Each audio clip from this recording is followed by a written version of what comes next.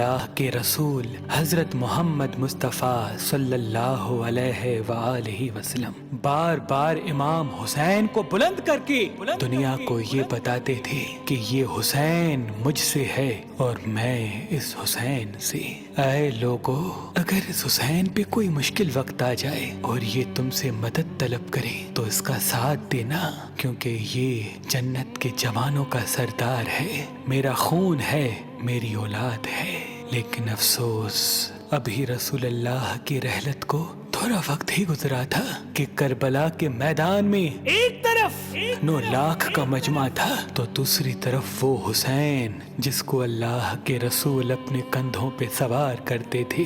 امام حسین علیہ السلام اپنے نانا کی امت سے بار بار کہتے رہے کہ کیوں میرا رستہ روکا ہے؟ اے لوگو، پہچانو، میں تمہارے نبی کا نواسا ہوں، کیوں 3 دن سے میرے بچوں کو پیاسا رکھا ہے؟ کیوں میرے عزیز و اقارب کو شہید کیا ہے؟ بتاؤ، کیا میں نے رسول اللہ کی شریعت میں ترامیم کی ہے؟ کسی انسان کا حق کھایا ہے؟ کسی انسان پہ ظلم کیا ہے؟ اتنے میں فوج یزید ایک آواز میں کہنے لگی، اے حسین، ہم سب تجھے تیرے بابا علی کے بغض میں قتل کر رہے ہیں تاکہ یزید ہماری جھولیاں دولت سے بھر دے۔ امام حسین نے فرمایا، اے لوگو، آج جس اسلام کا علم تمہارے ہاتھوں میں بلند ہے، یہ علم میرے بابا علی نے بلند کیا۔ مت بھولنا، خیبر و خندق میں اگر علی نہ ہوتے تو اسلام کی فتح ناممکن تھی۔ وہ علی جس نے پوری زندگی اسلام کی تبلیغ کی، حق کو بلند کیا، رسول اللہ کی حفاظت کی، آج اس علی کو یہ اجر دے رہے ہو۔ اے لوگو، بتاؤ، اللہ کے رسول نے بار بار میرے بابا علی کا ہاتھ بلند کر کے فرمایا تھا کہ جہاں حق ہوگا وہاں علی ہوگا، جہاں علی ہوگا وہاں حق ہوگا، اور آج اس علی اور اولاد رسول کو یہ اجر دے رہے ہو۔ اتنے میں یزید کی فوج کے سپہ سالاروں نے دیکھا کہ کہیں فوج میں بغاوت نہ ہو جائے۔ اے شمر، کیا دیکھ رہے ہو؟ حملہ کرو۔ بس لاکھوں کی فوج نے جب رسول اللہ کے نواسے پہ حملہ کیا، امام حسین علیہ السلام نے اللہ کا نام لیا اور ذوالفقار کو نیام سے نکالا۔ تاریخ گواہ ہے، ایک طرف لاکھوں کا مجمع اور ایک طرف 3 دن کا بھوکا پیاسا حسین ابن علی۔ زمین پہ اس طرح کی جنگ پہلے کبھی نہیں دیکھی تھی کہ ایک تنہا انسان لاکھوں کے مجمع کو اس طرح سے فنار کر رہا ہے کہ فوج اشکیا واپس پلٹ کے بھاگنے لگی۔ امام حسین فوج یزید سے مخاطب ہو کے فرماتے ہیں، آؤ، 3 دن کے بھوکے کی جنگ دیکھو، 3 دن کے پیاسے کی جنگ دیکھو، رسول کے اس نواسے کی جنگ دیکھو، اس کی جنگ دیکھو جس کا جوان بھائی مارا گیا، جس کے جوان بیٹے کو نظروں کے سامنے قتل کیا گیا، جس نے اپنے ہی ہاتھوں سے اپنے بچے کی قبر بنائی۔ امام حسین شیر کی طرح فوج یزید سے لڑ رہے ہیں۔ اتنے میں آواز غیب آتی ہے، حسین، تیرا اللہ تجھ سے راضی ہوا۔ بس اس صدا کا سننا تھا، امام حسین علیہ السلام نے اپنی ذوالفقار کو تھام لیا۔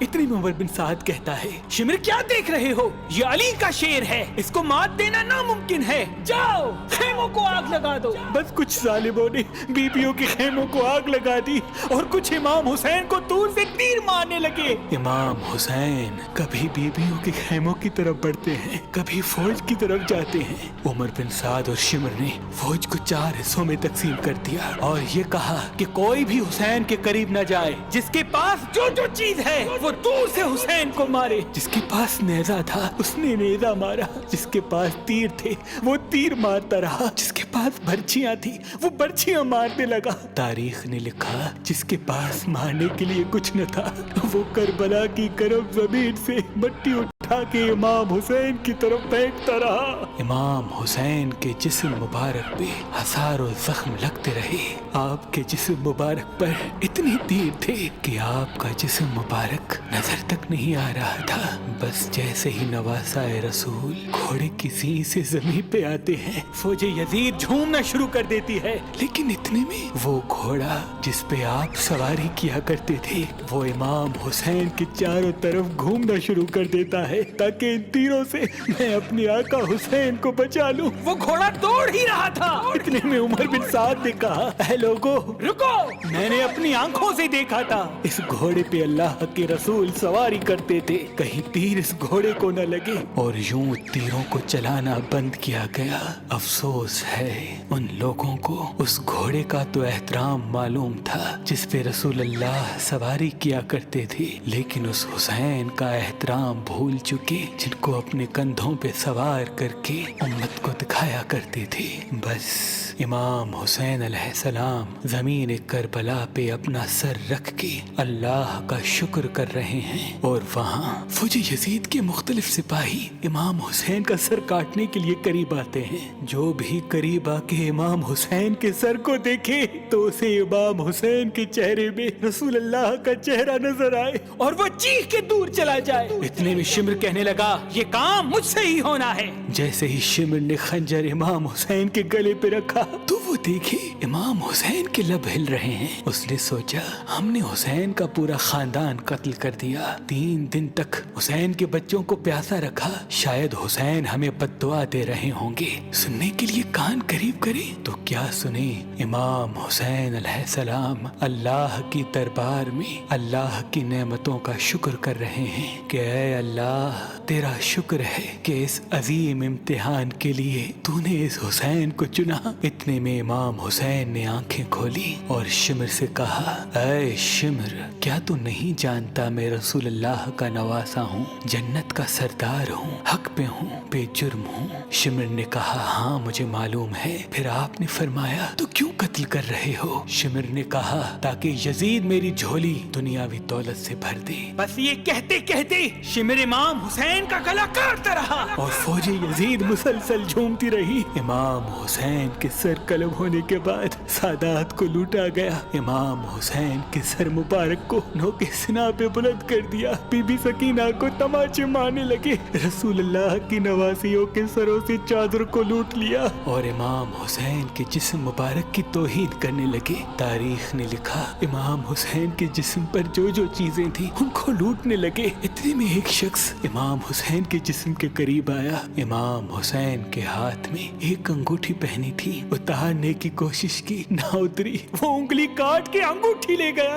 आपके जिस्म मुबारक को रस्सियों से बांध के करबला की गर्म जमीन पे इधर से उधर फिराया गया। इतने में उमर बिन साद ने कहा, ऐ शिमर, हुसैन और उसके साथियों की लाश का वो हश्र करते हैं कि रहती दुनिया तक कोई भी यजीद के खिलाफ आवाज न उठाए। सबके जिस्म से सरों को काट लो और सबकी लाशों को पामाल कर दो। जमीन करबला गवाह है, कहीं से कोई कबीला उठ के आता है और कहता है कि हम हुर की लाश को पामाल होने नहीं देंगे। कहीं बीबी उम्मे लैला का कबीला आके कहता है कि हम अली अकबर का लाशा पामाल होने नहीं देंगे। कहीं बीबी रुबाब के कबाइल के लोग कहते हैं हम अली असगर का लाश पामाल होने नहीं देंगे। एक एक शहीद की लाश पामाल होने वाली जगह से हटाई गई। तारीख गवाह है, सिर्फ रसूल अल्लाह का अकेला नवासा करबला की गर्म जमीन पे पड़ा रहा और मगरिब के घोड़े मशरिक की तरफ, मशरिक के घोड़े मगरिब की तरफ दौड़ते रहे। इमाम हुसैन का जिस्म पामाल होता रहा। इमाम जाफर सादिक अलैहिस्सलाम फरमाते हैं, मेरा सलाम हो मेरे उस गरीब दादा पर जिसकी लाश को इस तरह से पामाल किया गया कि उनकी दाईं पसलियां बाईं पसलियों की तरफ चली गई और बाईं पसलियां दाईं पसलियों की तरफ चली गई, जिनका सीना और पुश्त एक साथ हो गया। सलाम हो मेरे उस बेवतन दादा हुसैन पर जिनके जिस्म मुबारक के टुकड़ों को जमीन करबला पे बिखेरा गया। सलाम हो, सलाम हो, सलाम हो।